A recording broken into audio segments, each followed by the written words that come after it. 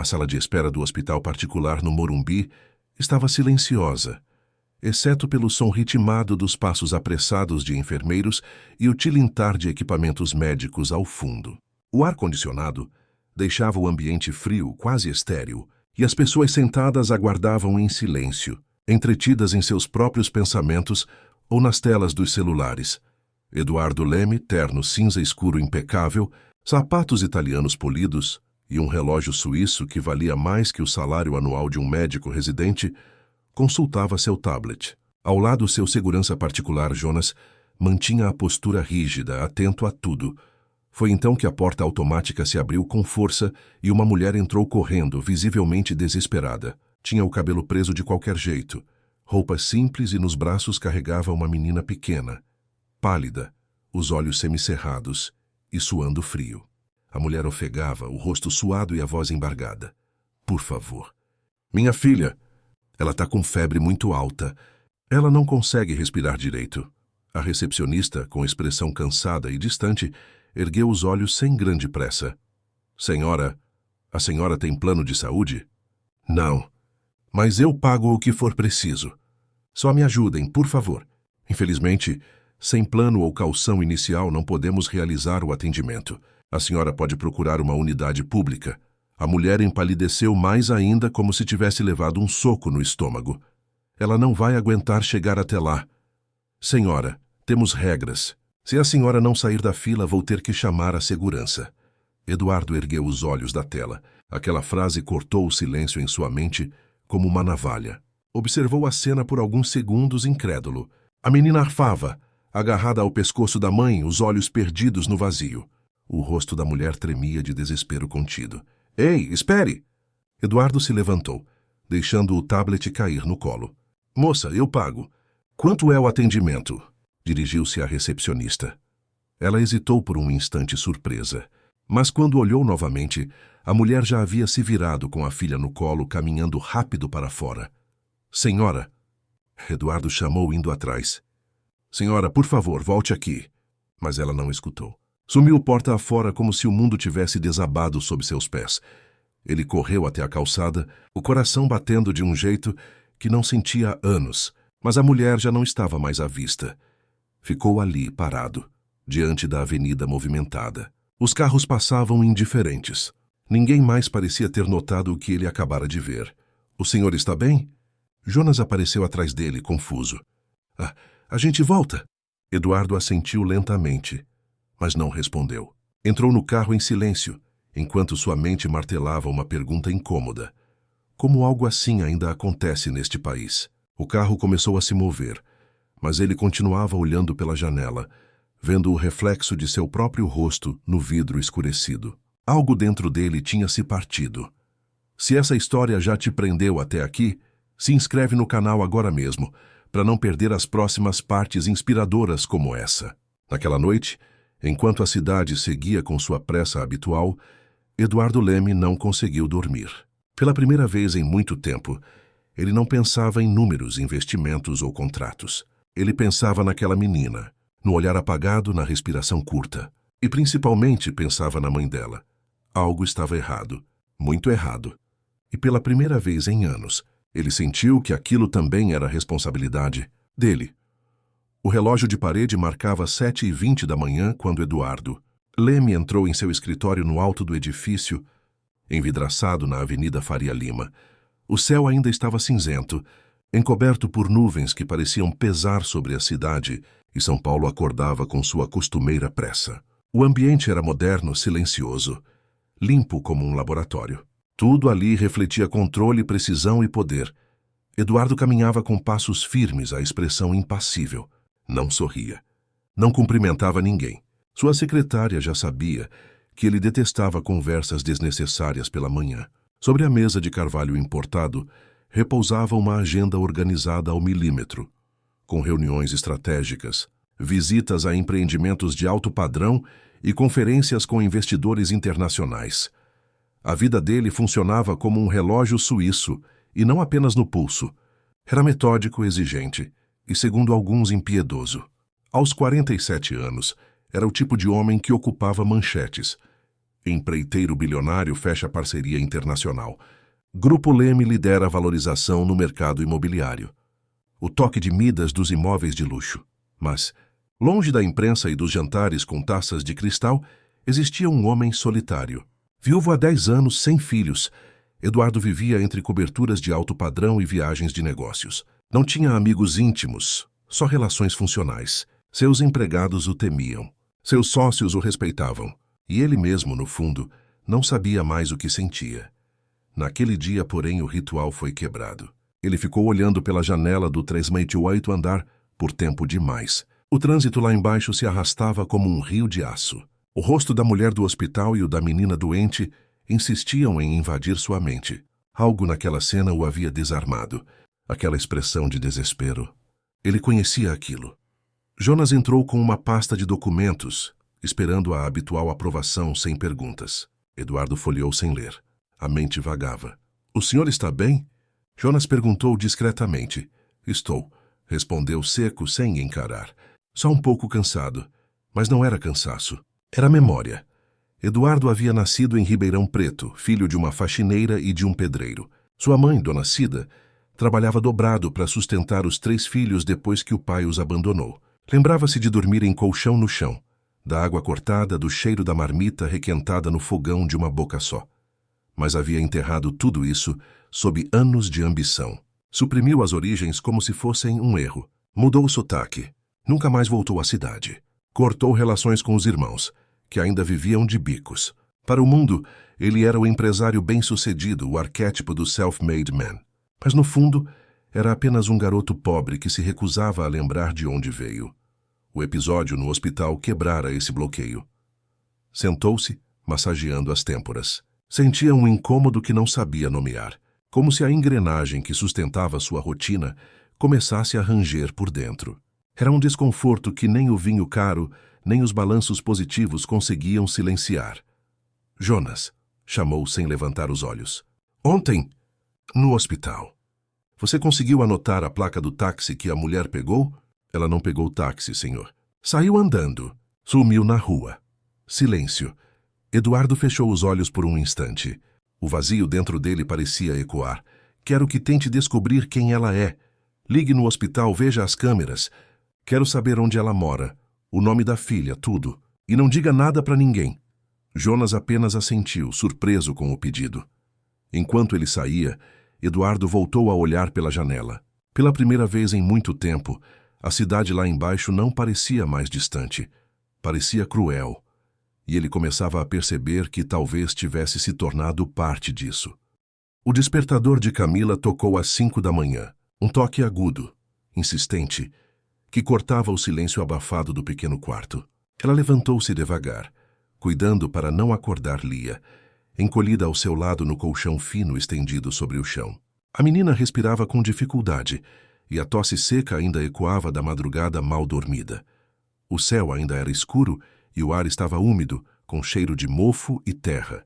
A casa de 2 cômodos, nos fundos de um terreno apertado em Osasco, era simples demais para oferecer conforto. As paredes de reboco inacabado estavam manchadas pela umidade. O ventilador fazia um barulho irregular, mas era tudo que Camila tinha conseguido sozinha, aos 28 anos, depois de uma sucessão de empregos temporários, decepções amorosas e dias longos demais para uma só mulher aguentar.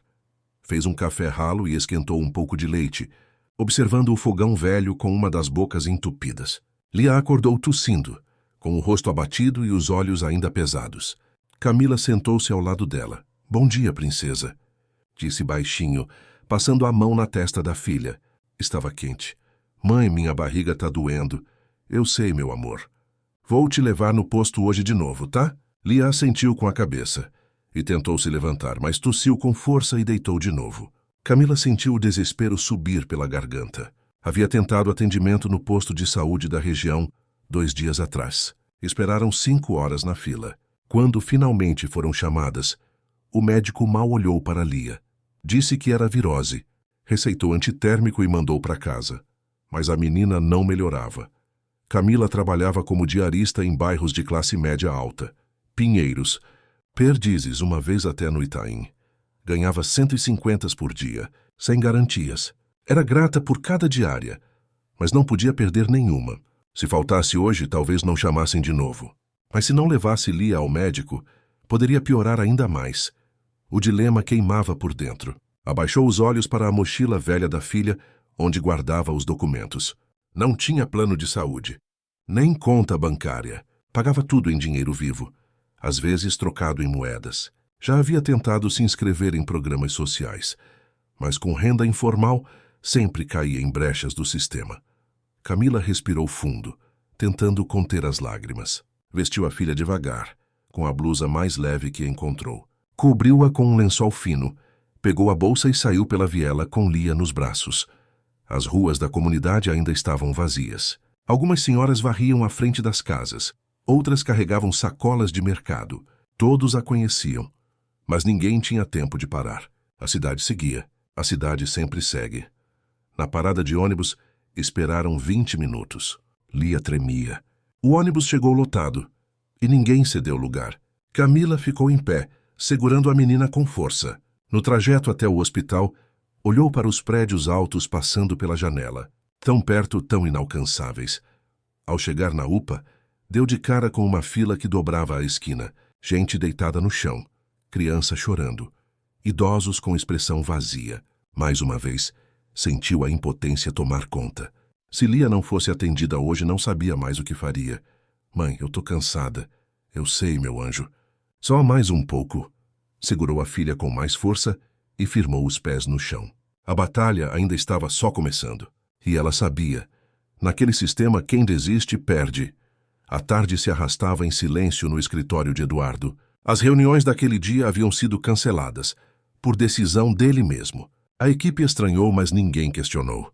Na sala envidraçada, a luz amarelada do fim do dia tingia os móveis com tons dourados. Eduardo permanecia em pé diante da janela, como se procurasse alguma resposta no horizonte de concreto. A imagem da mulher com a criança nos braços não saía da sua cabeça. Aquilo o incomodava de um jeito que ele não compreendia. Quantas vezes ele já tinha ouvido falar de pessoas sendo recusadas em hospitais? Era o tipo de notícia que passava rápido pelas manchetes, entre uma cotação da bolsa e outra. Mas ver ao vivo, ver o desespero estampado no rosto daquela mãe, isso era diferente. Pegou o telefone e ligou diretamente para o hospital onde tudo aconteceu. Boa tarde. Aqui é Eduardo Leme. Preciso de informações sobre um incidente que ocorreu ontem na recepção. Do outro lado, a atendente se engasgou com as palavras. Sim, senhor Eduardo, claro. O que exatamente o senhor gostaria de saber? Uma mulher entrou com uma criança nos braços, em situação grave. Foi recusada por falta de plano. Preciso do nome dela, número do prontuário, endereço. Qualquer coisa. Senhor, infelizmente não temos como identificar. Não houve cadastro. Ela saiu antes de qualquer atendimento. Não deixou nome, não assinou nada. Vocês têm câmeras, certo? Sim, mas por protocolo só podemos acessar com autorização judicial. Eduardo respirou fundo. Me envie o contato do setor jurídico do hospital. Eu mesmo vou tratar disso. Desligou o telefone com força controlada. O incômodo crescia. Não era só pela menina. Era por tudo o que aquilo representava. Como um sistema podia ser tão eficiente em proteger os privilegiados e, ao mesmo tempo, tão cruel com os invisíveis?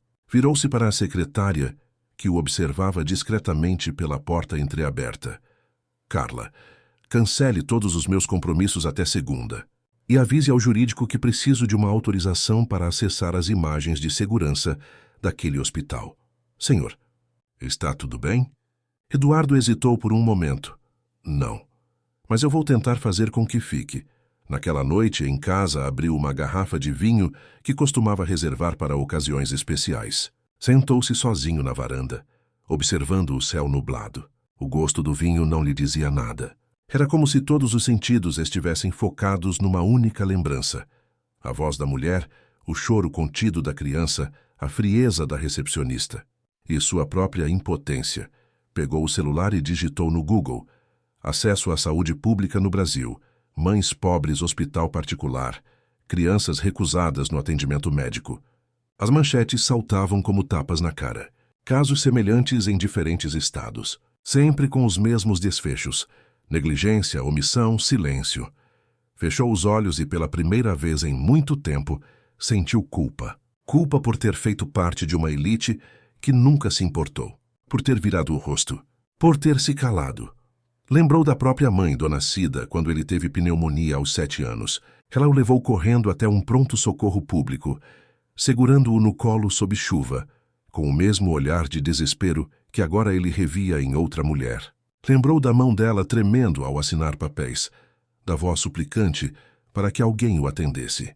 Tinha esquecido dessa cena por anos. Agora ela voltava como uma dívida não paga.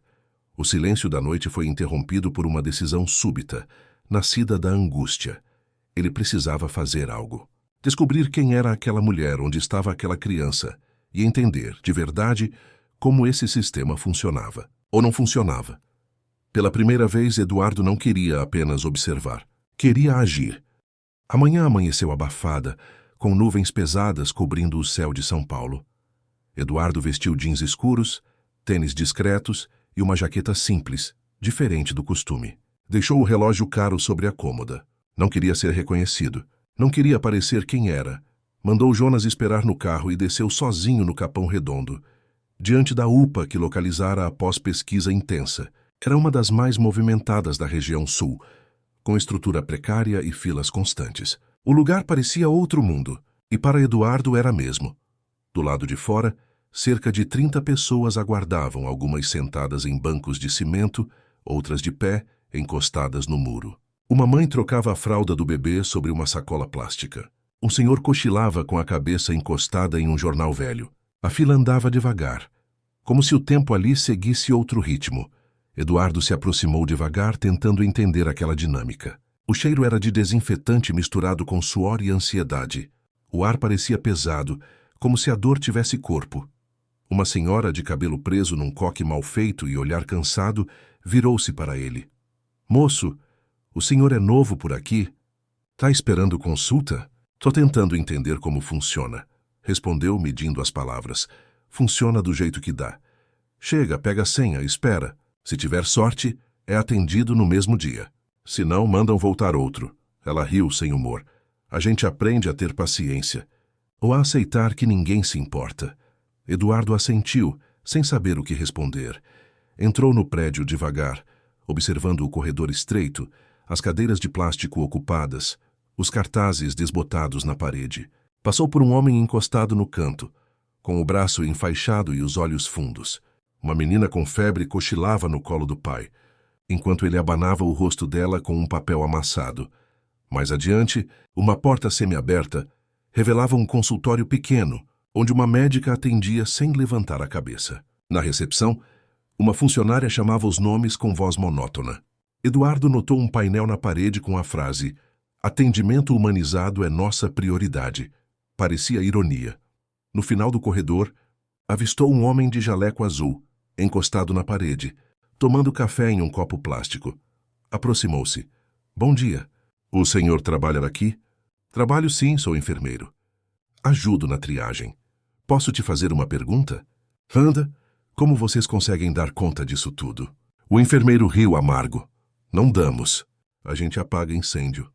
Cada plantão é uma guerra. Falta remédio, falta médico, falta tempo. Mas a dor não falta nunca. E as crianças? Sanituma-se são as que mais sofrem. Quando não conseguem atendimento aqui, os pais tentam onde dá. Alguns pegam ônibus e rodam a cidade. Tem mãe que passa 2 dias dormindo em fila." Eduardo ficou em silêncio. Sentia como se estivesse afundando em algo muito maior do que esperava. Cada rosto que via parecia carregar uma história que ninguém queria ouvir. Já viu alguém ser recusado por não ter plano? Assistem daqui não, mas nos hospitais particulares acontece direto. E sabe o pior? Muita gente nem tenta. Já sabe que não vai conseguir. Já sabe que não é para eles. Eduardo agradeceu, virou-se devagar e saiu pelo mesmo corredor. O barulho de tosses, conversas baixas e passos arrastados o acompanhava como um lembrete. Lá fora, o sol começava a romper as nuvens, mas o calor só deixava tudo mais sufocante.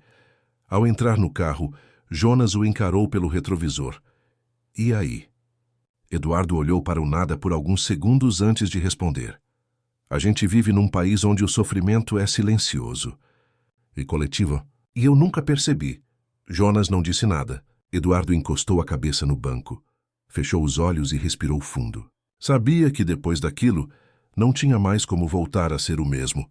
O calor do meio-dia parecia pesar sobre a cidade como uma camada densa de concreto. O asfalto vibrava, e o ar parado deixava tudo mais lento. Eduardo caminhava de volta à entrada da UPA, ainda imerso nas vozes e rostos que vira naquela manhã. Parou um instante sob a sombra rala de uma árvore, tentando organizar os próprios pensamentos. Foi quando a viu. Camila estava sentada no chão, encostada na parede lateral do prédio, com Lia deitada sobre seu colo. A menina respirava com esforço, o rosto suado e os olhos fechados. Camila abanava com um caderno velho, tentando aliviar o desconforto da filha. Estava exausta, os ombros curvados, o olhar perdido. Eduardo sentiu um aperto no peito. Aproximou-se devagar, sem saber como iniciar. É você, disse hesitante. Camila levantou os olhos devagar, surpresa, depois desconfiada. Quem é o senhor? Eu estava naquele hospital, quando vocês chegaram e não foram atendidas. Eu vi tudo. Ela não respondeu. Apenas apertou a filha contra o corpo, como um reflexo de proteção. Eu tentei ajudar, continuou Eduardo. Mas quando voltei, vocês já tinham ido embora. Desde então estou tentando te encontrar. Camila olhou para ele por um momento longo, silencioso. Depois baixou os olhos. A gente se acostuma a desaparecer, moço. A cidade ignora quem não tem nada para oferecer.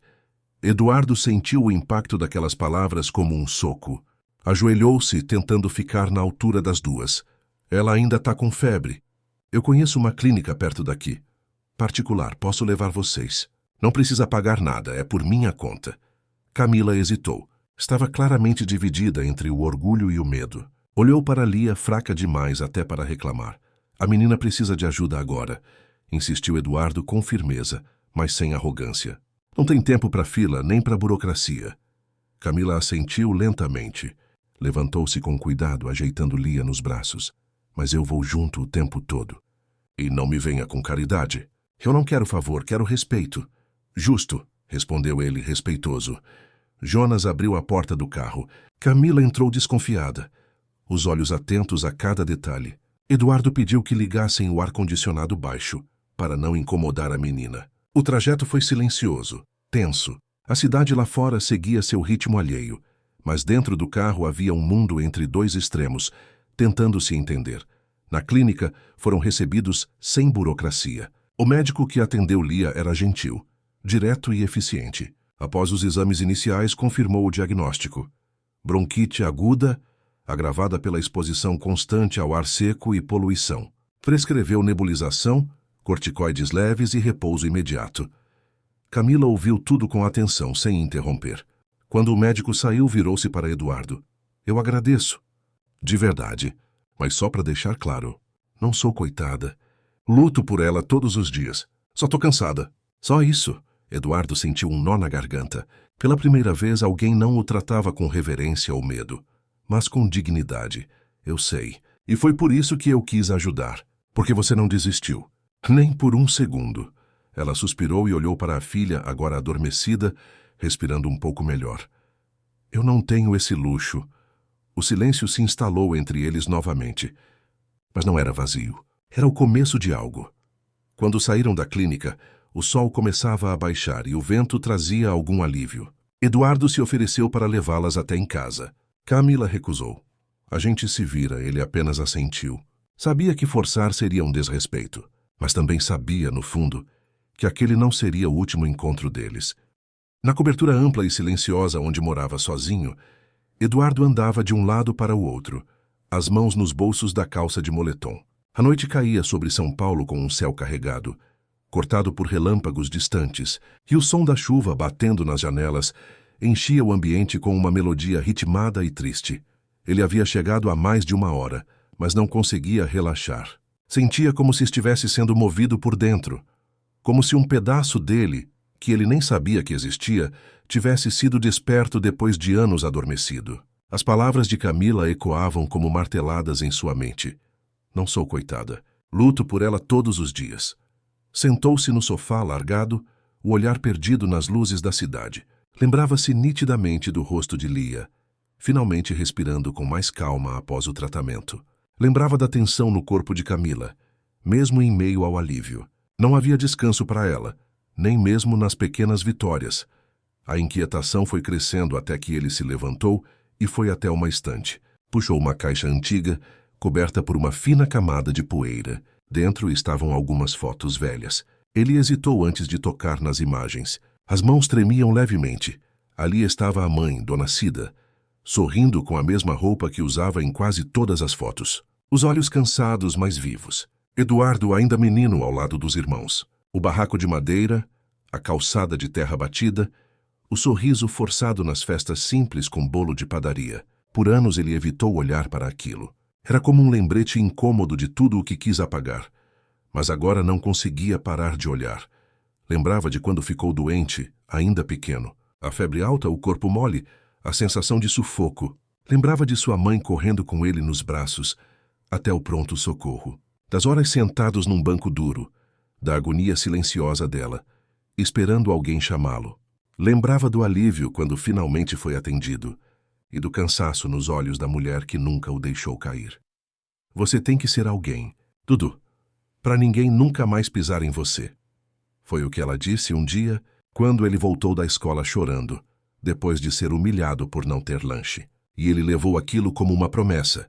Cumpriu, virou alguém. Mas a que custo? Naquela noite, Eduardo não dormiu. Sentou-se em frente ao computador e começou a escrever palavras soltas em um documento em branco.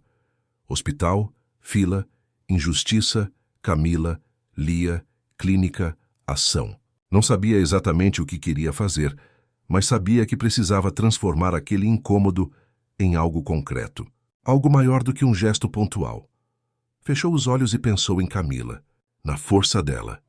Na forma como não implorou, não se vitimizou, não abaixou a cabeça. Era o tipo de coragem que ele não via nos salões de luxo ou nos escritórios refrigerados. Uma força real, cotidiana, invisível para os que vivem no topo. Pegou o celular e abriu o aplicativo de mensagens. Queria falar com ela. Não sabia o que diria. Apenas sentia que precisava continuar aquele contato. Mas não tinha o número. Nem endereço. Não sabia sequer o sobrenome dela. Sentiu uma urgência crescer dentro de si. Como se aquela história ainda não tivesse terminado. E não era por orgulho ou vaidade. Era porque de algum jeito ele sabia que precisava dela. Mais do que ela precisava dele. Levantou-se, encarou o próprio reflexo no vidro da janela e sussurrou. Alguma coisa em mim mudou. E eu não vou ignorar isso. Lá fora, a cidade seguia indiferente, mas dentro dele, a transformação já era irreversível. Camila estava sentada no batente da porta de casa, observando Lia brincar com um carrinho quebrado na terra batida.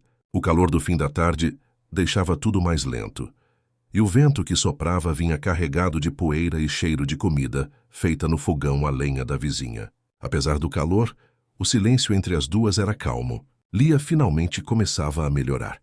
Camila ainda pensava no homem que as havia ajudado. Aquilo não era comum.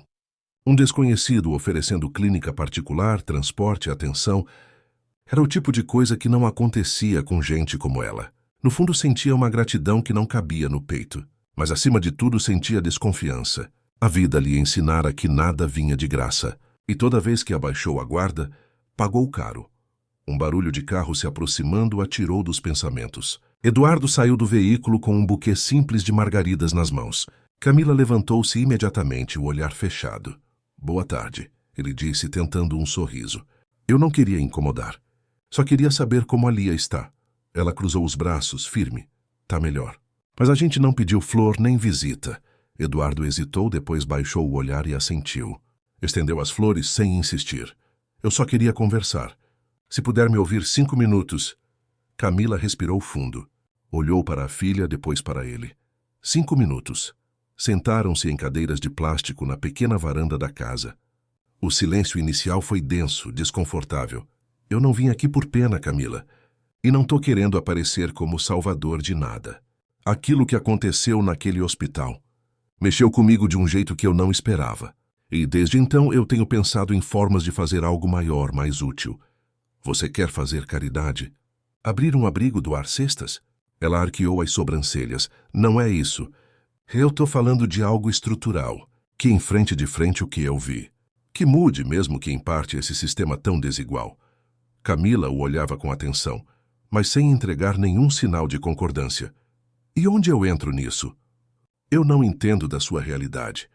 Posso ter dinheiro, contatos, mas não sei como é viver aqui com medo de não ter médico para sua filha. Eu preciso de alguém que saiba, que me ajude a entender, a construir algo real. Ela riu um riso sem alegria. Você quer que eu ensine a ser humano, é isso? Eu quero aprender a olhar como você olha. E quero fazer alguma coisa de verdade com isso. Mas não vou fazer sem você. Camila ficou em silêncio por alguns segundos, depois se levantou. Sabe qual é o problema dos ricos como você? Quando percebem que o mundo está quebrado, querem consertar rápido, do jeito deles. Mas isso aqui não é um projeto. É uma vida. A minha, eu sei. E não quero invadir nem atropelar. Só quero caminhar junto, se você deixar. Ela o encarou com firmeza, tentando ler nas entrelinhas se havia alguma vaidade escondida.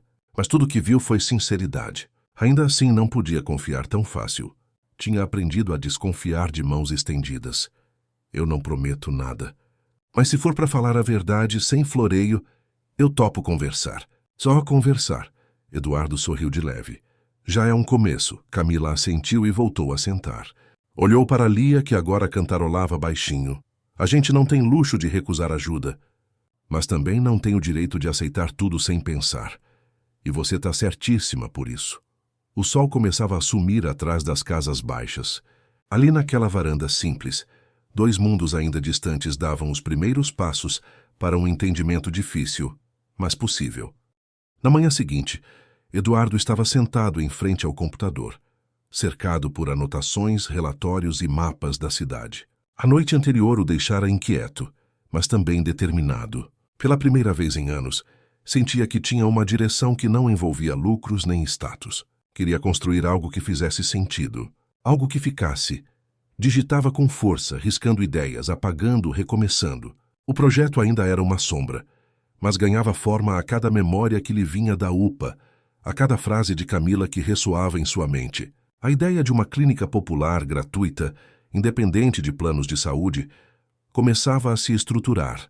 Chamou um arquiteto de confiança, pediu plantas simples, eficazes. Ligou para advogados, questionou leis, tributos, brechas possíveis para manter algo do tipo funcionando, sem ser engolido pela burocracia. Falou com contadores, fornecedores de equipamentos hospitalares, médicos que conhecia. Quase todos reagiram com surpresa, alguns com ceticismo. No fim da tarde bateu à porta da casa de Camila, dessa vez sem flores. Levava em mãos uma pasta com rascunhos e uma proposta inicial. Ela o recebeu com expressão curiosa, mas ainda desconfiada. Achei que tinha desistido. Nem perto disso. Sentaram-se à mesma varanda da última conversa. Eduardo abriu a pasta e mostrou as folhas. Estou pensando em abrir uma clínica social. Atendimento médico gratuito, com estrutura decente, equipe contratada, remédios básicos disponíveis no local. Começando por aqui, nessa região. Já tenho contatos que podem ajudar. E dinheiro para bancar o início. Mas não quero fazer isso de cima para baixo. Quero fazer com quem entende a realidade. Camila analisava os papéis com atenção. Eram simples, diretos, com diagramas que até ela conseguia entender. E o que exatamente você quer de mim? Sua visão. Sua vivência. Você conhece essa comunidade. Sabe o que as mães precisam. Como se comunicam, o que funciona e o que não funciona. Quero que você me ajude a montar esse projeto com os pés no chão. Ela cruzou os braços. Eu não tenho diploma. Não estudei gestão nem saúde pública. Eu sou só uma mãe que tenta sobreviver. É exatamente por isso que quero sua ajuda. Porque você conhece essa dor de perto. Não da janela de um carro, mas no corpo, na rotina. Eu não quero montar um projeto bonito para capa de revista. Quero montar um lugar onde as pessoas como você não sejam descartadas. Camila ficou em silêncio. Lia apareceu à porta, rindo com uma boneca de pano nas mãos. Camila olhou para a filha, depois para Eduardo. Se eu aceitar, não vou ser vitrine, nem assistente decorativa. E não vou deixar você fingir que resolveu tudo porque abriu uma clínica. Você vai ser parte da construção. Terá voz, opinião real. E se quiser, pode coordenar a parte social. Entrar nos detalhes. Contratar gente da comunidade. Fazer isso do seu jeito, com minha estrutura por trás. Camila mordeu os lábios pensativa. Eu não confio fácil, mas... se for para tentar algo diferente do nosso jeito, pode ser que valha a pena. Eduardo estendeu a mão. Então estamos juntos? Ela o olhou firme. Estamos tentando. É diferente, aperto de mão. Sem sorrisos exagerados. Só firmeza. Nos dias seguintes começaram as conversas com lideranças locais, mães da região, pequenos comerciantes. Camila, com seu jeito direto e sincero, abriu portas que Eduardo jamais conseguiria sozinho. Pela primeira vez, ele viu que para mudar algo não bastava vontade ou dinheiro. Era preciso escutar. E isso ele estava finalmente aprendendo a fazer. As primeiras semanas foram intensas. Eduardo e Camila avançavam na estruturação da clínica com velocidade, mas cada passo trazia uma nova barreira. O terreno onde a clínica seria construída estava localizado entre duas vielas da região. E apesar de abandonado, pertencia a um grupo que exigia um valor absurdo pela cessão. Eduardo tentou negociação direta, sem expor seus planos, mas logo surgiram boatos. E com eles a resistência. Na segunda-feira pela manhã, seu advogado entrou em sua sala com expressão tensa. Eduardo, temos um problema. A prefeitura recebeu uma denúncia sobre uso irregular de solo. Parece que alguém está tentando impedir a liberação da obra antes mesmo de ela começar. Isso é sério? Perguntou franzindo a testa. Muito. Já tem uma comissão pedindo análise do projeto. E mais, um grupo de vereadores está questionando o propósito social da construção. Dizem que há interesses escusos por trás. Eduardo encostou-se à cadeira sem acreditar. O projeto ainda nem havia sido anunciado publicamente. Como já havia oposição organizada. Alguém vazou, disse em voz baixa. E tem gente poderosa que não quer que isso aconteça. No mesmo dia recebeu ligações de 2 empresários conhecidos. Um deles, seu sócio em 3 empreendimentos de alto padrão na Zona Oeste, foi direto. Eduardo, que história é essa de clínica gratuita em periferia? Isso vai pegar mal com os investidores.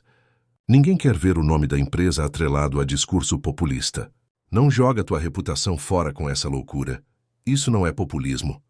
É responsabilidade, respondeu frio. Desde quando você virou idealista? Desde que vi uma criança quase morrer por falta de plano de saúde. Do outro lado da linha, o silêncio foi carregado de julgamento. Eduardo desligou sem mais explicações. Na tarde seguinte, Camila o encontrou na base improvisada do projeto. Ele estava com os olhos vermelhos, mas firme. Tá dando ruim? Perguntou ela, percebendo o clima. Tá, e não é pouco. Eu já imaginava. A gente bate de frente com interesses que nem conhece. Você achou que ia fazer uma clínica e todo mundo ia aplaudir? Eu achei que com meu nome abriria portas. Em vez disso, estão tentando me derrubar. Camila sentou-se ao lado dele. Bem-vindo ao mundo real. Aqui, quando a gente tenta fazer algo certo, o sistema responde com força. Mas se você achou que isso ia ser simples, ainda não entendeu nada. E você não tem medo? Tenho. Mas mais medo ainda de ficar parada vendo tudo igual. E você? Eduardo a encarou. O olhar dela era firme, duro, mas cheio de verdade. Era aquilo que o sustentava. Não havia mais dúvida. Ele não recuaria.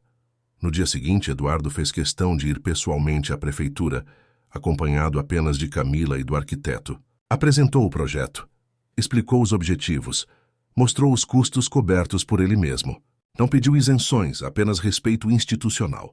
A resposta foi morna. Prometeram análise técnica. Mas nos corredores ele ouviu o que já imaginava. Havia interesses contrariados.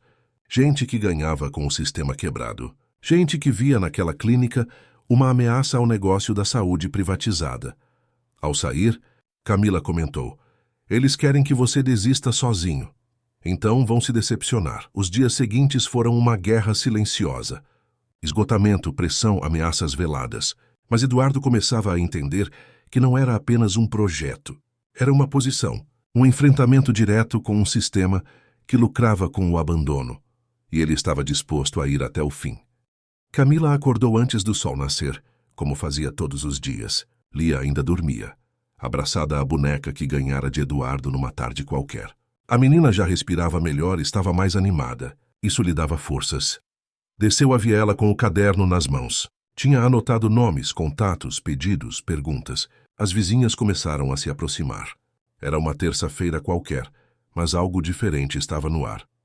É verdade que vai ter médico aqui, de graça? Perguntou Dona Celina, uma senhora que ajudava no brechó comunitário. É, se tudo der certo. Mas para isso dar certo, a gente precisa se juntar, respondeu Camila direta. E aquele homem que veio contigo? É político? Não, é empresário. Mas não é como os outros. Empresário bom? Tá me zoando? Riu uma outra mulher. Camila ergueu a mão. Eu também achei estranho no começo, mas ele tá enfrentando coisa grande para fazer isso aqui acontecer. E tá ouvindo a gente de verdade. É por isso que vale a pena tentar. As mulheres se entreolharam ainda desconfiadas, mas curiosas. Com o tempo, mais gente chegou. Camila explicou o projeto. Mostrou os esboços da clínica, pediu ajuda para divulgar a ideia. E sem que esperasse, encontrou apoio. Genuíno, forte, barulhento. Naquela mesma semana, mães da comunidade criaram um grupo de WhatsApp chamado Clínica Popular Já. Começaram a compartilhar vídeos, fotos do terreno, relatos do abandono que sofriam. Em poucos dias, a mobilização local virou ruído fora dali. Alguém publicou a história em um perfil no Instagram com muitos seguidores e logo outros canais começaram a divulgar. O que começou com desconfiança virou movimento. Eduardo, por sua vez, se surpreendia com a proporção das coisas. Nunca havia se sentido tão próximo da base, nem tão distante do topo. Quando chegou ao escritório, uma de suas assistentes o chamou de lado. Eduardo, tem gente pedindo entrevistas. Canais de TV, portais grandes. Querem saber sobre a tal clínica. Ainda não é hora, respondeu firme. Isso aqui não é campanha. É reconstrução, mas tem gente dizendo que o senhor quer se lançar na política. Deixa dizerem.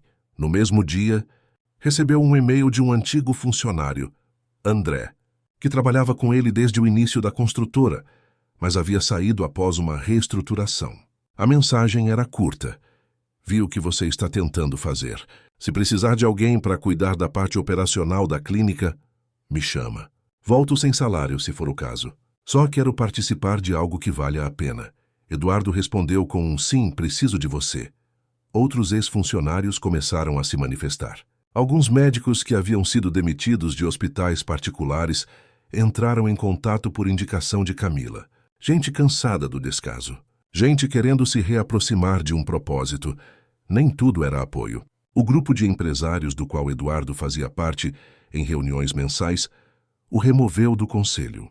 Mandaram uma carta formal alegando alinhamento incompatível com os interesses do grupo. Camila leu o papel e apenas disse: era de se esperar. O problema é que agora você incomoda os seus. Melhor incomodar os meus do que seguir servindo quem lucra com a dor dos outros, respondeu ele. Calmo. Ela o encarou com seriedade. Você ainda tem certeza de que vale a pena? Agora mais do que nunca. Camila sorriu de leve. Não era euforia. Era um sinal de reconhecimento. A confiança, pouco a pouco, começava a se consolidar. E com ela, o projeto deixava de ser um plano para virar realidade. O dia amanheceu limpo, com o céu azul e um sol que não feria. A comunidade estava em movimento desde cedo. Crianças corriam pelas ruas com balões coloridos. Os comerciantes arrumavam suas barracas improvisadas e os moradores varriam as calçadas com mais cuidado do que o habitual. Era o dia da inauguração da clínica. Mas para muita gente ali era mais do que isso. Era o dia em que alguém finalmente olhou para eles. Eduardo chegou sem alarde. Vestia jeans, uma camisa branca de algodão simples e trazia nos olhos um cansaço diferente. Não era físico. Era o peso de quem sentia que estava prestes a fazer algo que mudaria não só a vida dos outros, mas a própria história. A clínica era pequena, mas limpa, bem acabada, com paredes claras e janelas grandes. Do lado de fora, uma faixa feita à mão dizia: Clínica Popular Vida. Aqui a saúde tem dignidade. Eduardo sorriu ao ler. Não foi ideia dele. Foi da comunidade. Camila estava do outro lado da calçada, organizando uma fila de mães com crianças no colo. Vestia uma camiseta com o nome da clínica estampado no peito, calça jeans surrada e uma prancheta nas mãos. Parecia segura no controle, como se aquele fosse seu lugar natural. Achei que você não fosse aparecer, disse ela, com um leve tom de provocação. Estava tentando não atrapalhar, respondeu ele, sincero. Isso aqui não é sobre mim. Camila assentiu. Por um instante, ficaram em silêncio observando o movimento. Um grupo de estudantes de enfermagem, em parceria com uma universidade da região, organizava a triagem. 2 médicos recém-contratados discutiam protocolos. Voluntários distribuíam água, suco, orientações. Você tem ideia do que começou aqui? Ela perguntou, sem desviar o olhar do que acontecia à frente. Não. E, sinceramente, espero que eu nunca pense que entendi tudo. Camila sorriu. Bom sinal. Lia apareceu correndo, com a boneca nos braços e o sorriso largo. Estava visivelmente melhor. As bochechas coradas, os olhos vivos. Mãe! Mãe! Já tem um monte de criança ali. A moça me deu pirulito. Vai lá brincar, mas fica por perto, disse Camila, olhando com ternura. Eduardo se abaixou e falou com Lia. E aí, princesa? Pronta para ser a primeira paciente da clínica? Já fui. A moça me pesou e mediu minha altura. E disse que eu tô crescendo. Camila e Eduardo riram juntos. Era um riso leve, genuíno, daqueles que não se forçam. Às 10 da manhã, o primeiro atendimento oficial foi feito. Um menino de 6 anos com febre e garganta inflamada. Foi examinado, medicado. Recebeu orientação e, antes de sair, ganhou um livro infantil doado por uma editora pequena da Zona Sul. Camila anotava tudo. Ajudava nas orientações. Respondia perguntas, organizava a fila. Era como se tivesse feito aquilo a vida inteira. Eduardo ficou mais ao fundo, observando. Recebeu abraços, apertos de mão, agradecimentos sinceros, mas não buscava aplauso. Queria apenas ver acontecer, ver funcionar. Por volta do meio-dia, a clínica já havia atendido 25 pessoas. Dentre elas, 3 crianças com sintomas graves que foram encaminhadas para unidades maiores, com apoio de transporte garantido pela nova rede de parceiros. Camila se aproximou de Eduardo com um copo de água na mão. E então? É só o começo, respondeu ele olhando ao redor. Mas é o começo certo. Ela assentiu emocionada. Obrigada. Por não desistir. Eu que agradeço. Por me lembrar porque vale a pena começar de novo. A tarde caiu entre vozes, passos apressados e risos. E ali, onde antes havia apenas um terreno esquecido, agora existia um espaço de esperança viva. Um lugar onde o cuidado era mais do que obrigação, era compromisso. O sol nascia atrás dos prédios baixos da Zona Sul quando Eduardo estacionou o carro diante da clínica. Era a 3ª vez naquela semana que ele chegava antes da equipe. Sentava-se no banco de madeira sob a árvore da entrada e observava o vai e vem de pessoas, mães, crianças, idosos, com uma calma que jamais experimentara no topo da Faria Lima. Desde a inauguração, a clínica passara de promessa a referência. Os atendimentos se multiplicaram e os relatos da comunidade tomaram proporções inesperadas. A fila não diminuía, mas agora era organizada, humanizada, acolhedora. Havia ali algo que ele nunca conseguira construir nos seus prédios mais caros, um sentimento de pertencimento. Camila chegava pontualmente às 7, sempre com um caderno de anotações na mão, a prancheta no braço e o mesmo olhar firme de quem nunca para. Ao vê-lo ali, já sentado, apenas acenava com a cabeça e dizia, "Dormiu?" "Quase", ele respondia com um sorriso cansado. Naquela manhã ela trouxe consigo uma pilha de cartas escritas à mão, algumas com caligrafia de criança, outras com letras trêmulas de idosos. A escola vizinha fez uma atividade sobre a clínica. Pediram para os alunos escreverem cartas de agradecimento, e alguns moradores mandaram também. "Achei que você devia ler." Eduardo pegou a primeira e abriu devagar. A caligrafia era simples, mas as palavras o atingiram de forma direta. "Obrigado por fazer um lugar onde minha mãe não chora mais para me levar ao médico." Agora ela sorri. Ele não conseguiu terminar a segunda carta. Respirou fundo, fechou os olhos por um instante e engoliu em seco. "Você tem lido todas essas?" "Uma por uma. É a parte mais bonita do dia." Ele assentiu sem conseguir dizer nada. Dias depois, numa reunião com sua equipe particular de advogados, surpreendeu a todos ao anunciar: "Vou destinar 30% do meu patrimônio líquido para a criação de um fundo permanente para clínicas sociais. Não quero investidores, não quero lucro. Quero continuidade." "Sr. Leme, tem certeza disso?" perguntou um dos consultores incrédulo. "É uma decisão, drástica, Drástico é um país onde criança morre por falta de antitérmico. A decisão repercutiu em jornais, blogs e grupos de WhatsApp. Alguns o chamaram de visionário, outros de louco. Ele não respondeu a nenhuma dessas narrativas. Seguiu firme, doando prédios abandonados de sua empresa para a criação de novas unidades. Em um ano, outras 2 clínicas já estavam em fase de implantação. Uma em Guarulhos, outra em Diadema. Camila recusou cargos formais. Preferiu seguir coordenando o setor social da clínica original. Disse que precisava estar perto das pessoas, ver de perto os erros e os acertos. Eduardo respeitou. Os dois criaram uma relação sólida, construída na base da confiança. Não havia promessas nem romantizações. Era uma parceria real. Um vínculo moldado por respeito mútuo. Nas raras noites em que conseguiam jantar juntos, geralmente em alguma casa de morador que insistia em retribuir, riam de pequenas conquistas. O novo bebedouro que chegou por doação. A médica que voltava de licença maternidade com o filho nos braços. A fila que pela primeira vez não dava volta no quarteirão. Você não sente falta da sua vida antiga? Camila perguntou certa vez entre uma colherada de arroz com feijão e um gole de suco de caju. Eduardo pensou por um instante. Às vezes, mas depois lembro que era uma vida cheia de coisas e quase nenhum sentido. Ela assentiu, compreendendo. Lia, agora com 5 anos, começou a frequentar uma escola comunitária próxima. Já dizia que queria ser doutora de criança pobre, como a doutora Ana da clínica. Eduardo a ouvia contar isso com brilho nos olhos e, em silêncio, agradecia por aquela menina ter cruzado seu caminho, porque, no fim, foi ela quem começou tudo. Na sala improvisada de reuniões da clínica, um mapa do estado de São Paulo ocupava boa parte da parede. Marcadores coloridos indicavam as próximas regiões em estudo para receber novas unidades. Camila observava o quadro com os braços cruzados, enquanto Eduardo atualizava os números no laptop. Ao fundo, ouvia-se o som das crianças brincando no pátio. "São quantas agora?" Ela perguntou. 4 em funcionamento, 2 em obra, 3 em estudo. Se tudo correr bem, 10 até o ano que vem. Camila assentiu com um leve sorriso. Ainda se impressionava com a velocidade, mas, mais do que isso, com a constância. Eduardo não recuava, não desviava. Tinha encontrado o propósito, e agora andava por ele com firmeza rara. O projeto havia se espalhado sem precisar de marketing. Médicos formados em universidades públicas procuravam voluntariamente as clínicas. Empresas locais doavam insumos.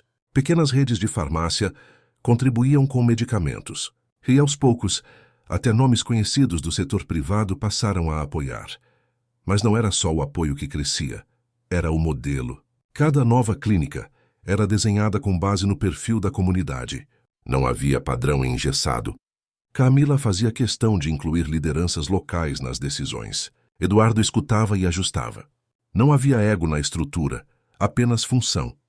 Certa tarde, um empresário conhecido do setor hospitalar pediu para falar com Eduardo. Era dono de uma rede de clínicas privadas que lucrava alto com planos populares. "Você está desmontando o nosso mercado", ele disse, direto, sem rodeios. "Eu estou preenchendo o que vocês deixaram vazio por décadas. E o que você ganha com isso?" Eduardo sorriu. "O direito de dormir em paz." A frase correu pelos corredores do poder como um sussurro incômodo. Alguns o chamaram de traidor de classe, outros de utópico. Mas ele não se importava, porque ao fim de cada dia, bastava olhar nos olhos dos pacientes que saíam atendidos, e não descartados, para lembrar por que tudo aquilo valia. Camila tornou-se figura respeitada. Foi convidada para palestras em faculdades, entrevistas, fóruns sobre saúde pública. Sempre falava com clareza, sem floreios. "Eu não estudei gestão, mas entendo de espera, de fila, de medo, e de como um bom atendimento pode mudar a vida de uma mãe." Eduardo acompanhava de longe. Preferia o silêncio à exposição, mas reconhecia nela uma força que o inspirava a continuar. Em uma dessas ocasiões, Lia, agora mais falante e cheia de ideias, entrou no pequeno auditório onde a mãe estava falando. Sentou-se na primeira fileira, ouvia atenta. Ao fim da palestra, correu para abraçá-la. "Um dia eu vou falar igual você, mãe, prometo." Camila assegurou com carinho. "Não precisa ser igual, só precisa ser do seu jeito. Mas nunca esqueça do que a gente passou." Eduardo, que assistia ao fundo, segurou as lágrimas. Não era de emoção fácil, mas aquela cena atravessava suas defesas. Vai vendo, Eduardo, disse Camila, aproximando-se depois. Tua primeira paciente vai ser a primeira médica do projeto. A gente está em boas mãos então, ela sorriu. Sempre estivemos. Só que antes ninguém via. O legado que nascia ali não era feito de tijolos, mas de vínculo. As clínicas não eram apenas espaços de atendimento. Eram pontos de reconexão. Entre classes, entre histórias, entre futuros possíveis. E, acima de tudo, entre pessoas que aprenderam na prática que mudar o mundo não é utopia. É escolha. A manhã era clara, com um céu limpo que parecia feito sob medida. A clínica do Capão Redondo completava 1 ano naquele dia. O pátio estava cheio. Mães com seus filhos, idosos sorrindo, voluntários de colete amarelo distribuindo brindes simples, livros, frutas, brinquedos artesanais. Camila caminhava entre os grupos com o crachá pendurado no pescoço. Cumprimentava todos pelo nome.